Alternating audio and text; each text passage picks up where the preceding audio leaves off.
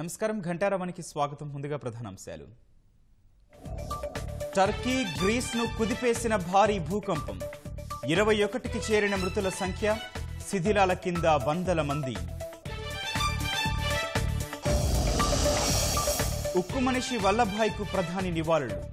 ఏక్తా దివస్ పరేడ్లో పాల్గొన్న మోదీ.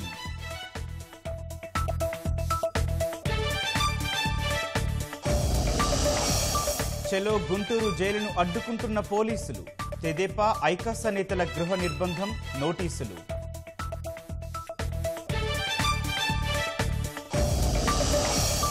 పోలవరం నిధులపై కేంద్రం వరుస కొర్రీలు. త్రాగునీరు, విద్యుత్ విభాగాల ఖర్చుల సమీక్ష.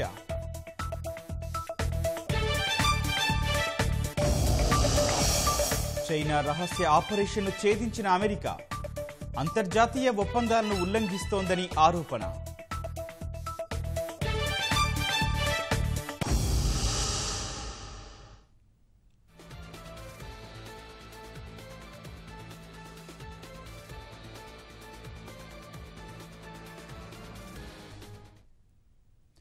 చెలో గుంటూరు జైల్ కార్యక్రమాన్ని అడ్డుకునేందుకు పోలీసులు ఎక్కడికక్కడ చర్యలు తీసుకుంటున్నారు. రాజధాని గ్రామాల నుంచి గుంటూరు వెళ్లకుండా కట్టడి చేస్తున్నారు. నాయకుల ఇళ్ల ముందు తెల్లవారుజాము నుంచే పోలీసులను మోహరించారు. పలువురిని గృహ నిర్బంధం చేశారు. సిఆర్పిసి 149 సెక్షన్ ప్రకారం తెదేపా ఐకాస నేతలకు నోటీసులు ఇచ్చారు. రాజధాని గ్రామాల్లో ప్రస్తుత పరిస్థితిపై మరింత సమాచారం మా ప్రతినిధి ఎస్పీ చంద్రశేఖర్ ప్రత్యక్ష ప్రసారం ద్వారా అందిస్తారు. ఈ ప్రాంతంలో రాజధాని రైతులకు బేడీలు వేసిన ఘటనపైన పూర్తి స్థాయిలో అన్ని వర్గాల నుంచి విమర్శలు వ్యక్తమవుతున్నాయి. దీనికి సంబంధించి అమరావతి పరిరక్షణ సమితి గత 3-4 రోజుల నుంచి ఆందోళన చేపడుతుంది. అలాగే రాజకీయ పక్షాలు, తెలుగుదేశం పార్టీ, వామపక్షాలు కూడా దీనికి మద్దతు పలుకుతూ వివిధ రూపాయల తమ ఆందోళన కార్యక్రమాలు కొనసాగిస్తున్నాయి. ఇవాళ ఈ ఆందోళనలో భాగంగా గుంటూరు జిల్లా జైల్లో ఎవరైతే ఆ ఖైదీలు అమరావతి ప్రాంత రైతులను ఉంచారో అక్కడికి వెళ్లి ఆందోళన చేయాలని చెప్పేసి అమరావతి పరిరక్షణ సమితి, అలాగే తెలుగుదేశం పార్టీ, సిపిఐ లాంటి పార్టీలను కూడా నిర్ణయించాయి.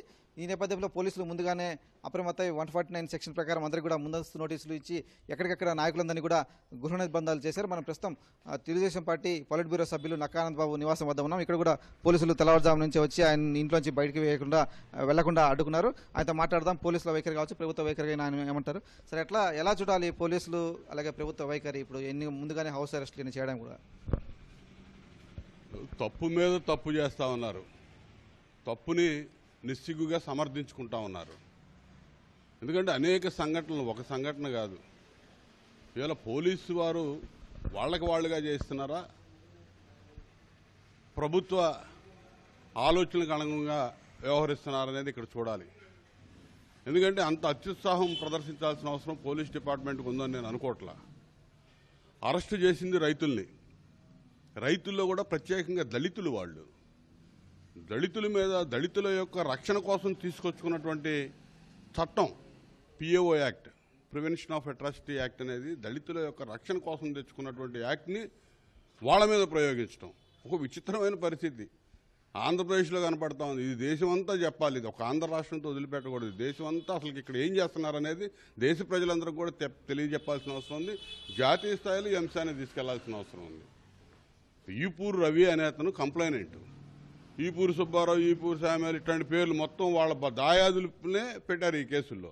వాళ్ళందరూ ఎస్సీలు కాదా? ఎస్సీలని తెలుసు, పోలీసుకి తెలుసు, అక్కడ డిఎస్పీకి తెలుసు. అదేంటంటే మేము విచారణ జరిపి తర్వాత చూస్తాం, ముందు రిమాండ్ పెడుతున్నాం అంటాడు. ఎంత దుర్మార్గం అంటే, ఇంత దుర్మార్గమైనటువంటి ప్రభుత్వాన్ని చూడలేదు. పోలీసులు కూడా చాలా అత్యుత్సాహంగా ప్రవర్తిస్తూ ఉన్నారు. మనం చూసాం దళితుల మీద శిరోముండనాలు గుండు కొట్టిన సంఘటనలు చూసాం.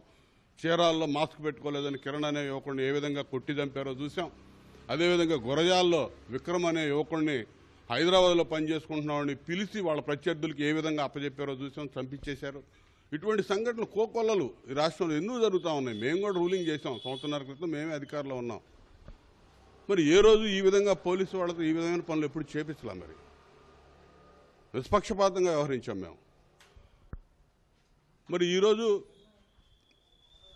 ఈ సంఖ్యలు వేసి అరెస్టులు చేసి జైలు నుంచి జైలుకి ముందు నర్సాపేట తీసుకెళ్లారు, అక్కడి నుంచి మళ్ళీ గుంటూరు జైలుకి తీసుకొచ్చారు. మధ్యలో వాళ్ళకి దొంగలకి, కేడీలకి, హత్య కేసుల్లో నిందితులకి, దారి దోపిడీ దొంగలకి వేసినట్టుగా బేడీలు వేశారు. ఎంత అమానుష్యం ఇది! మానవ హక్కుల హననం ఇది. హ్యూమన్ రైట్స్కి దిక్కు లేకుండా పోతుంది ఈ రాష్ట్రంలో. ఎస్సీ ఎస్టీల రక్షణకి దిక్కు లేకుండా పోతుంది. ఆ చట్టం నిర్వీర్యం చేస్తూ ఉన్నారు. ఒక విధంగా పూర్తిగా దాన్ని దుర్వినియోగం చేస్తూ ఉన్నారు. ఈ అంశాల మీద పూర్తి స్థాయిలో చర్చ జరగాలి. ఈ రోజున ఆ అంశాల మీద 3 రోజుల నుంచి కూడా రాష్ట్ర వ్యాప్తంగా అనేక ఆందోళనలు జరుగుతూ ఉన్నాయి. జైలు దగ్గర ఆల్రెడీ మేము కార్యక్రమం చేశాం. నిన్న మొన్న నిరసన కార్యక్రమాలు జరిగినాయి. ఈరోజు మళ్ళా చలో గుంటూరు జైలు పిలుపు రాష్ట్ర వ్యాప్తంగా ఇస్తే ఎక్కడికక్కడ తెలుగుదేశం పార్టీ నాయకులను కానీ జేఏసీ నాయకులను కానీ అందరిని కూడా గృహ నిర్బంధాలు చేసి ఈ విధంగా అడ్డుకుంటానికి ప్రయత్నం చేస్తూ ఉన్నారు. ఇది ప్రజాస్వామ్యంలో ఉన్నామనేది ముందు గుర్తుపెట్టుకోండి. ఇది నియంతృత్వం కాదు, మీ సొంత జాగీరు కాదు, పోలీసు వాళ్ళ జాగీరు కాదు, జగన్మోహన్ రెడ్డి జాగీరు కాదు. ప్రజాస్వామ్యంలో నీకు అత్యధికంగా సీట్లు ఇచ్చి గెలిపించారు. నువ్వు రాజ్యాంగబద్ధంగా పరిపాలన అందించాలి. అంతేగాని ఇట్లా అడ్డగోలుగా అమానుషంగా ఈ అకృత్యాలు చేస్తా నియంతృత్వ పోకడలు పోతే వీటన్నిటికీ ఏదో ఒక రోజు సమాధానం చెప్పుకోవాల్సిన అవసరం ఉంటుంది. ఖచ్చితంగా ప్రభుత్వం సమాధానం చెప్పాల్సి వస్తుంది ప్రజలకి. ఖచ్చితంగా ఈ అంశాన్ని వదిలిపెట్టేది లేదు.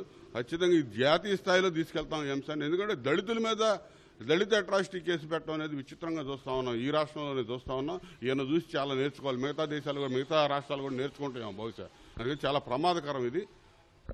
ఈ అమరావతి ప్రాంతంలో చూసుకుంటే ప్రస్తుతం అంతా కూడా పోలీస్ పహార్లా ఉన్నటువంటి పరిస్థితి. అక్కడి నుంచి గుంటూరు వైపు వచ్చే మార్గాలను కూడా పోలీసులు జల్లెడపడుతున్నారు. చెక్ పోస్టులు ఏర్పాటు చేయడం, వాహనాలను తనిఖీలు చేయడము, అలాగే అన్ని ప్రాంతాల జేఏసీ నాయకులు పార్టీల నాయకుల దగ్గర ఇలా పోలీసులు మోహరించడము, ఈ పరిస్థితి అంతా చూస్తుంటే ఏమనిపిస్తోంది? మరి ఇవాళ కార్యక్రమం ఎట్లా, మీ యాక్షన్ ప్లాన్ ఎలా ఉండబోతోంది? ఇప్పుడు ఒక చిన్న గీత గీసి ఆ గీత పక్క పెద్ద గీత, ఇంకో పెద్ద గీతలు వీళ్లే గీసుకుంటా పోతా ఉన్నారు. సమస్యని సృష్టించుకుంటా ఉన్నారు. అమరావతిని దిగ్బంధనం చేసి ఇలా వేల మంది పోలీసులు మోహరించి రాష్ట్రంలో ఉన్న పోలీసు వ్యవస్థ అంతా కూడా రాష్ట్రంలో అన్ని ప్రాంతాల్లో ఈ అంశం మీదే మోహరించారు. అంత అవసరం ఏమొచ్చింది? ఎందుకు అరెస్ట్ చేశారు? బేషరతుగా కేసులు ఎత్తేస్తే పోద్ది కదా, నిలవ కదా, ఆ కేసులు ఉండేవి కాదు కదా. ఖచ్చితంగా ఛార్జ్షీట్లు నువ్వు తీసేయాల్సిందే కదా. ఎస్సీ ఎస్టీల మీద పెట్టిన అట్రాసిటీ యాక్ట్ కేసు నిలబడిద్ది. అసలు ఉంచుతావా నువ్వు? రేపు ఛార్జ్షీట్లో విచారణ జరిపి తీసేయాల్సిందే కదా. తీసేసాయి బేషరతుగా. తీసేయకుండా తీసేసి క్షమాపణ చెప్పండి ముందు మీరు ప్రజలకి. చెప్పకుండా దానికి ఇంకా ఏదో మొత్తం మీ వ్యవస్థనంతా వీళ్ళని ఏదో అందరూ ఇదే కదా. రాజధాని రైతులు రాజధాని ప్రాంతాన్ని దిగ్బంధించి బయటికి రాకుండా పోలీసు వారు మొత్తం చిన్న కానిస్టేబుల్ దగ్గర నుంచి ఎస్పీలు డిఎస్పీల దాకా మొత్తం ఇదే అంశం మీద పనిచేయాల్సి వస్తుందిగా. అంటే ఎంత రిస్క్ చేస్తా ఉన్నారు మీరు. ఇది చాలా తప్పు. మీరు చేసిన తప్పుల్ని కప్పిపుచ్చుకోవడానికి మళ్ళీ మళ్ళీ మళ్ళీ తప్పులు చేస్తా ఉన్నారు. ఇది ప్రజలు గమనిస్తా ఉన్నారు. ప్రజాస్వామ్యంలో ఈ విధంగా మీరు అడ్డుకోలేరు. పోలీసులను అడ్డం పెట్టి ఏదో సాధించగలం అనుకునేది తప్పు. రాజ్యాంగాన్ని పరిరక్షించడానికి పోలీసు వ్యవస్థను వాడాలి తప్ప ఇట్లా అడ్డగోలు పనులు చేయడానికి వాడటం అనేది ప్రజాస్వామ్యంలో ఖచ్చితంగా ఇది ఏమాత్రం క్షంతవ్యం కాదని చెప్పి నేను హెచ్చరిస్తా ఉన్నాను. ధన్యవాదాలు సార్. ఇది అమరావతి జేఏసీ అలాగే తెలుగుదేశం సిపిఐలు జైలు బరో కార్యక్రమానికి పిలిపించినటువంటి సంబంధించి తాజా సమాచారం. ఎక్కడికక్కడ నాయకులందరూ కూడా గృహ నిర్బంధించారు. ఎవరు కూడా బయటికి రాకుండా కట్టడి చేశారు. అలాగే రాజధాని ప్రాంతాల్లో కూడా ఒక విధంగా హై అలర్ట్ ఉన్నటువంటి పరిస్థితి. దీక్షా శిబిరాల వద్ద కూడా రైతులను కావచ్చు, మహిళలను కావచ్చు, ఎవరిని కూడా రానివ్వట్లేదు. ఎక్కువ మంది ఆందోళనకారులు అక్కడ గుమికూడితే మళ్ళీ వాళ్ళని నియంత్రించడం కష్టమైనటువంటి ఉద్దేశంతో ఎవరిని కూడా ఇళ్ల నుంచి అమరావతి ప్రాంతంలో బయటికి రాయకుండా కట్టడి చేశారు. అలాగే రాజధాని గ్రామాల నుంచి గుంటూరు వచ్చే మార్గంని కూడా పోలీసులు పూర్తిగా జల్లెడపడుతూ ఆ వాహనాలను తనిఖీలు చేస్తూ చెక్ పోస్టులు ఏర్పాటు చేసి ఉన్నటువంటి పరిస్థితి. ఈ జైలు బోరో కార్యక్రమానికి సంబంధించి పోలీసులు ఇంతగా భయపడాల్సిన అవసరం ఏముందనేది తెలుగుదేశం పార్టీ నాయకుల నుంచి వస్తున్నటువంటి ప్రశ్న. ఆ కేసులు ఎత్తివేసే వరకు ఈ ఆందోళన కార్యక్రమాలు కొనసాగిస్తామని చెప్పి వారు స్పష్టం చేస్తున్నారు. కెమెరామెన్ అలితో పూర్ణ చంద్రశేఖర్, ఈటీవీ న్యూస్, గుంటూరు. సర్దార్ వల్లభాయ్ పటేల్ 145వ జయంతి సందర్భంగా గుజరాత్ కేవడియాలోని ఐక్యతా విగ్రహం వద్ద ఆయనకు ప్రధాని నరేంద్ర మోదీ నివాళులర్పించారు. దేశానికి సర్దార్ పటేల్ చేసిన సేవలను స్మరించుకున్నారు. అనంతరం ఏక్తా దివస్ పరేడ్లో పాల్గొన్నారు. 2 రోజుల పర్యటనలో భాగంగా ప్రధాని మోదీ ఇవాళ పలు కార్యక్రమాల్లో పాల్గొననున్నారు. శుక్రవారం గుజరాత్ వెళ్లిన ఆయన 4 కీలక పర్యాటక ఆకర్షణ కేంద్రాలు సహా వివిధ అభివృద్ధి ప్రాజెక్టులను ప్రారంభించారు. కాసేపట్లో అహ్మదాబాద్ కేవడియా మధ్య చక్కర్లు కొడుతూ పర్యాటకులకు సరికొత్త అనుభూతిని అందించే సీప్లేన్ సర్వీసులను మోదీ ప్రారంభించనున్నారు. అనంతరం పర్యటనను ముగించుకుని తిరిగి ఢిల్లీ వెళ్లనున్నారు.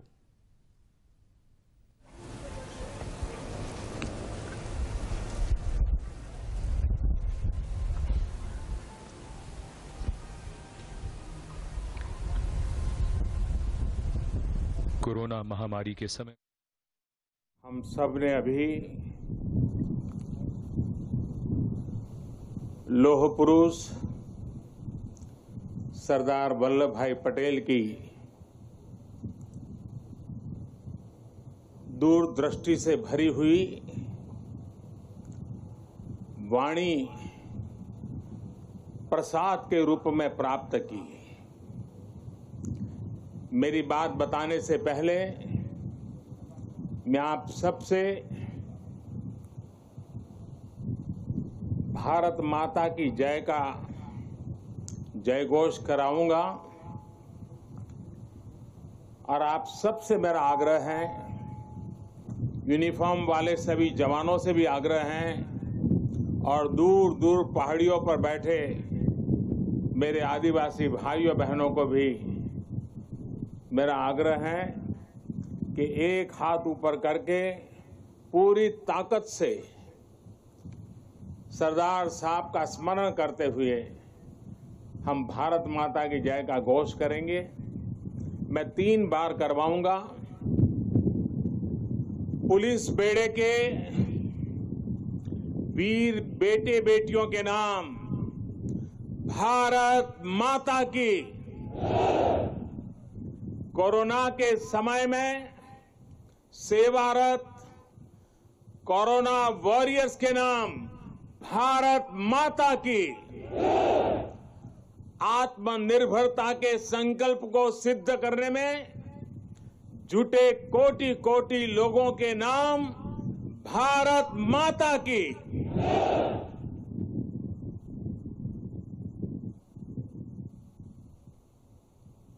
मैं कहूंगा, सरदार पटेल, आप लोग 2 बार बोलेंगे, अमर रहे, अमर रहे।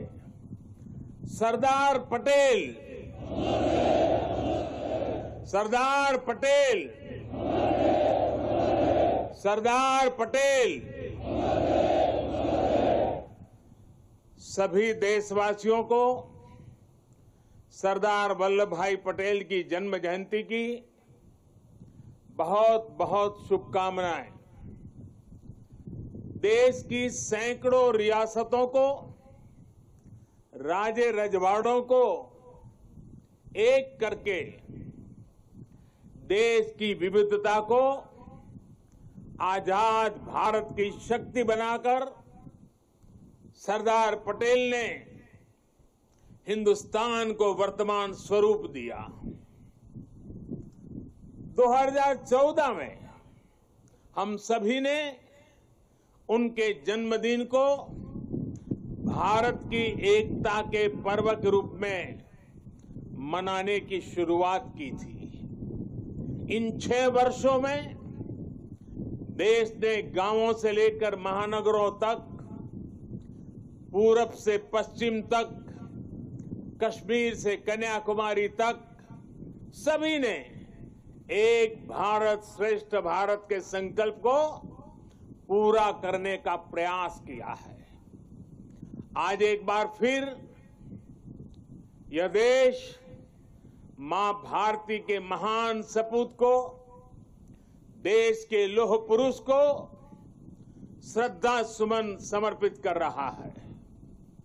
आज एक बार फिर यह देश सरदार पटेल की इस गगनचुंबी प्रतिमा के सानिध्य में, उनकी छाया में देश की प्रगति के महायज्ञ का अपना प्राण दोहरा रहा है। साथियों, मैं कल दोपहर ही केवड़िया पहुंच गया था और केवड़िया पहुंचने के बाद कल से लेकर अब तक यहां केवड़िया में जंगल सफारी पार्क, एकता मॉल, चिल्ड्रन न्यूट्रिशन पार्क, आरोग्य वन जैसे अनेक नए स्थलों का लोकार्पण हुआ है। बहुत ही कम समय में सरदार सरोवर डैम के साथ जुड़ा हुआ ये भव्य निर्माण एक भारत श्रेष्ठ भारत की भावना का, नए भारत की प्रगति का तीर्थ स्थल बन गया है। आने वाले समय में मां नर्मदा के तट पर भारत ही नहीं पूरी दुनिया के टूरिज्म मैप पर ये स्थान अपनी जगह बनाने वाला है, छाने जा रहा है। आज सरदार सरोवर से साबरमती रिवर फ्रंट तक सी प्लेन सेवा का भी शुभारंभ होने जा रहा है। ये देश की पहली और अपने आप में अनूठी सी प्लेन सेवा है। सरदार साहब के दर्शन के लिए, स्टैच्यू ऑफ यूनिटी को देखने के लिए देशवासियों को अब सी प्लेन सर्विस का भी विकल्प मिलेगा। టర్కీ గ్రీస్ను భారీ భూకంపం కుదిపేసింది. భూకంపం ధాటికి ఇప్పటి వరకు 21 మంది ప్రాణాలు కోల్పోయారు. మరో 700 మందికి పైగా గాయపడ్డారు. భూకంప తీవ్రతకు పలు భవనాలు నేలమట్టం కాగా శిథిలాల కింద చిక్కుకున్న వారిని రక్షించేందుకు నిరంతరాయంగా సహాయ చర్యలు కొనసాగిస్తున్నారు. భారీ భూకంపం టర్కీ, గ్రీస్ దేశాల్లో విధ్వంసం సృష్టించింది. రెండు దేశాల్లోని తీర ప్రాంత నగరాలు, పట్టణాలు చిగురుటాకుల్లా వణికాయి. ప్రజలు ప్రాణాలు అరచేతిలో పెట్టుకుని పరుగులు పెట్టారు. భారీగా దూసుకొచ్చిన రాకాసి అలలు తీర ప్రాంతాలను ముంచెత్తాయి. భూకంప తీవ్రతకు పలు భవనాలు నేలమట్టమయ్యాయి. ఇజ్మిర్లో 20కి పైగా బహుళ అంతస్తుల భవనాలు కుప్పకూలాయి.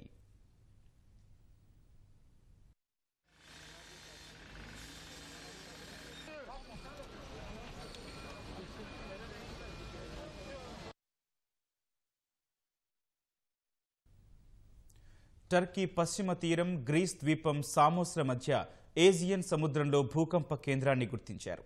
భూకంప తీవ్రత 6.6గా నమోదైనట్లు టర్కీ అధికారులు తెలిపారు. భవన శిథిలాల్లో చిక్కుకున్న బాధితుల కోసం సహాయ చర్యలు కొనసాగుతున్నాయి. శిథిలాలను తొలగించి అందులో చిక్కుకుపోయిన వారిని ఆసుపత్రులకు తరలిస్తున్నారు.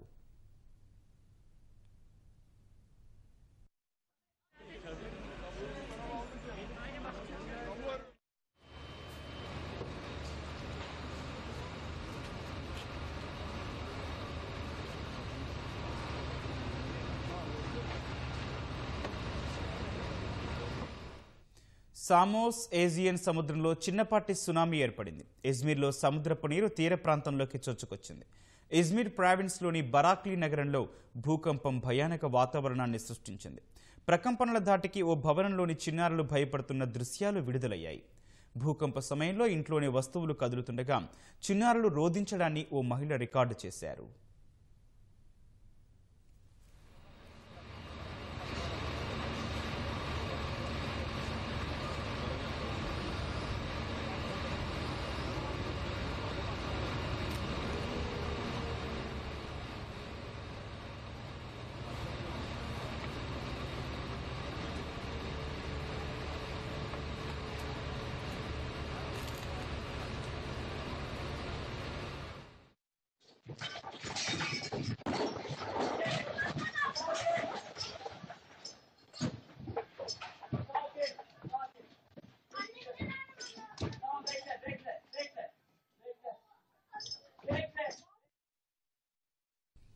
డ్రాగన్ ఉక్కు పిడికిల నుంచి బయటపడిన వారిపై చైనా పాలకులు చేపట్టిన వేటను అమెరికా బట్టబయలు చేసింది. చైనా నుంచి విదేశాలకు పారిపోయి ప్రాణాలు రక్షించుకోవాలనుకున్న వారిని తిరిగి రప్పించేందుకు జిన్పింగ్ సర్కారు రహస్యంగా ఆపరేషన్ ఫాక్స్ హంట్ను చేపట్టింది.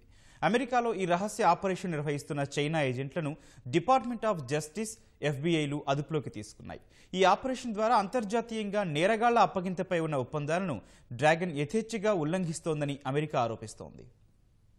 తమను విమర్శించి వేరే దేశానికి పారిపోయి తలదాచుకుంటున్న చైనీయులను తిరిగి స్వదేశం రప్పించేందుకు ఆ దేశ సర్కార్ దుశ్చర్యలకు పాల్పడుతోంది. విదేశాలకు వెళ్లి ప్రాణాలు కాపాడుకోవాలనుకుంటున్న వారిని తిరిగి తీసుకొచ్చేందుకు చట్టవిరుద్ధమైన కార్యకలాపాలకు చేపడుతోంది. ఆపరేషన్ ఫాక్స్ హంట్ పేరుతో దీనిని అత్యంత రహస్యంగా నిర్వహిస్తూ అమెరికాలోని చైనీయులపై నిఘా వేస్తున్నారు. ఈ గుట్టును ప్రస్తుతం అమెరికా భద్రతా విభాగాలు ఛేదించాయి. ఈ నెల 28న 8 మంది చైనా ఏజెంట్లను అదుపులోకి తీసుకున్నారు. వీరు చైనా ప్రభుత్వ ఆదేశాల మేరకు అమెరికాలో నిఘా కార్యక్రమాలు చేపట్టారని వెల్లడించారు. అగ్రరాజ్యంలో నివసిస్తున్న చైనీయులను చట్టవిరుద్ధంగా చైనా తరలించాలని చూస్తున్నారన్నారు.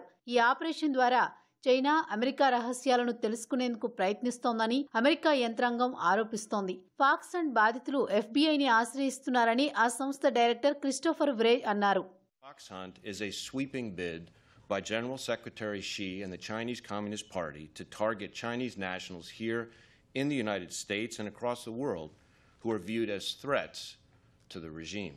China is violating laws and norms left and right, from sophisticated cyber attacks targeting our data and personal information to economic espionage targeting our intellectual property and our trade secrets.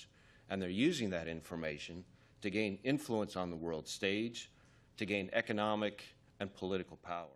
సాధారణ దేశాల మధ్య నేరగాళ్ల అప్పగింతపై ఒప్పందాలు జరుగుతాయి. ఈ ఒప్పందాల ప్రకారం అప్పగింతలు ఉంటాయి. కానీ చైనా ఈ ఒప్పందాలు వంటివి ఏమీ లేకుండా చట్టవిరుద్ధంగా తరలించే కార్యక్రమాన్ని చేపట్టింది. చట్టపరమైన మార్గాల్లో చైనా చాలా తక్కువగా ప్రయత్నించింది. ట్రంప్ కార్యవర్గం అధికారంలోకి వచ్చిన తర్వాత చైనాను అదుపు చేయడానికి ఫాక్స్ హంట్పై గురిపెట్టింది. ఫాక్స్ హంట్ ఆపరేషన్ పేరిట చైనా గురిపెట్టిన వారిలో నేరాలు చేసిన వారికంటే జిన్పింగ్కు కమ్యూనిస్టు ప్రభుత్వాన్ని వ్యతిరేకించిన వారే ఎక్కువని అమెరికా అధికారులు చెబుతున్నారు.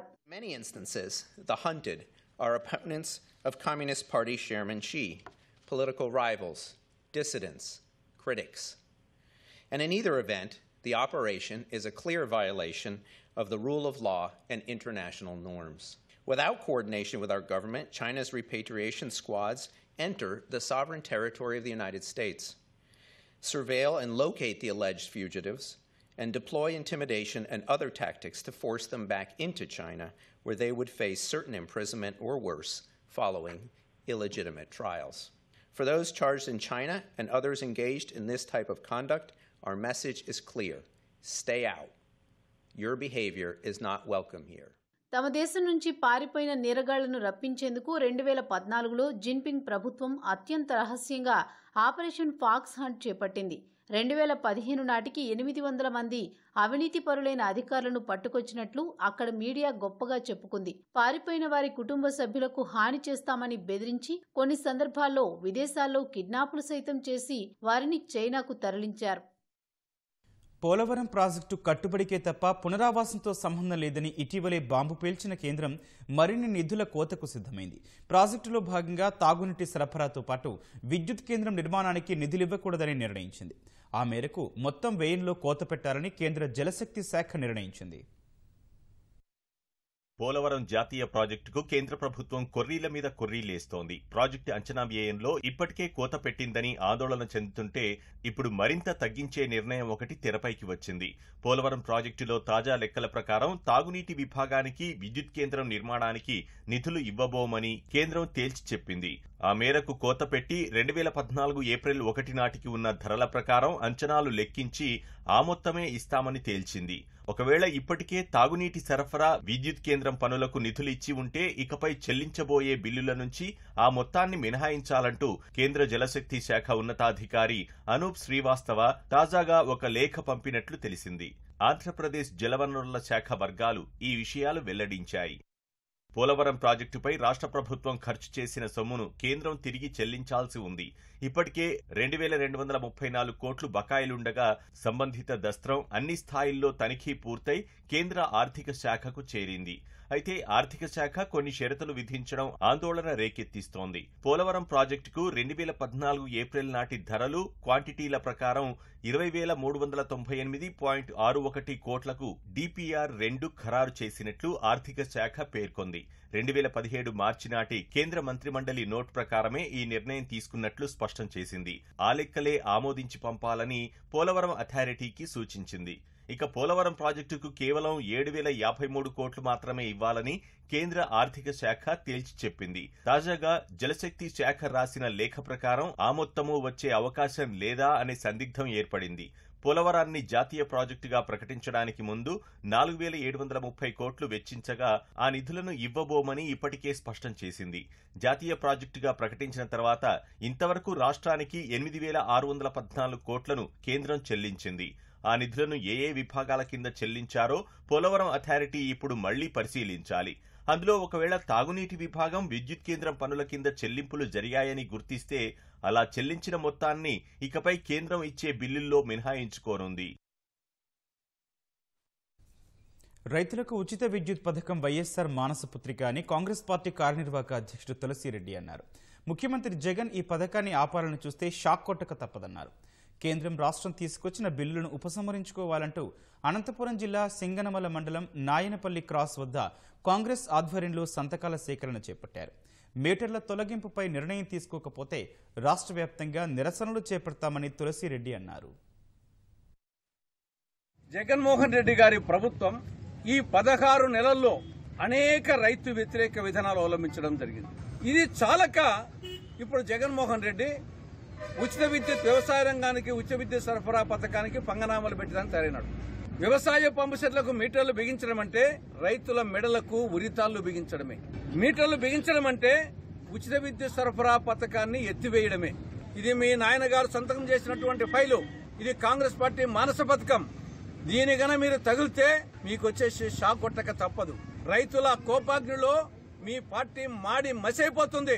మీరు మీటర్లు బిగించండి. జగన్మోహన్ రెడ్డి దమ్ముంటే కాంగ్రెస్ పార్టీ అధికారంలోకి వచ్చిన మొదటి రోజే రాష్ట్ర వ్యాప్తంగా మీరు పెట్టిన మీటర్లను తీసేస్తారని చెప్పేసి రైతులకు వచ్చేసి కాంగ్రెస్ పార్టీ భరోసా ఇస్తుంది.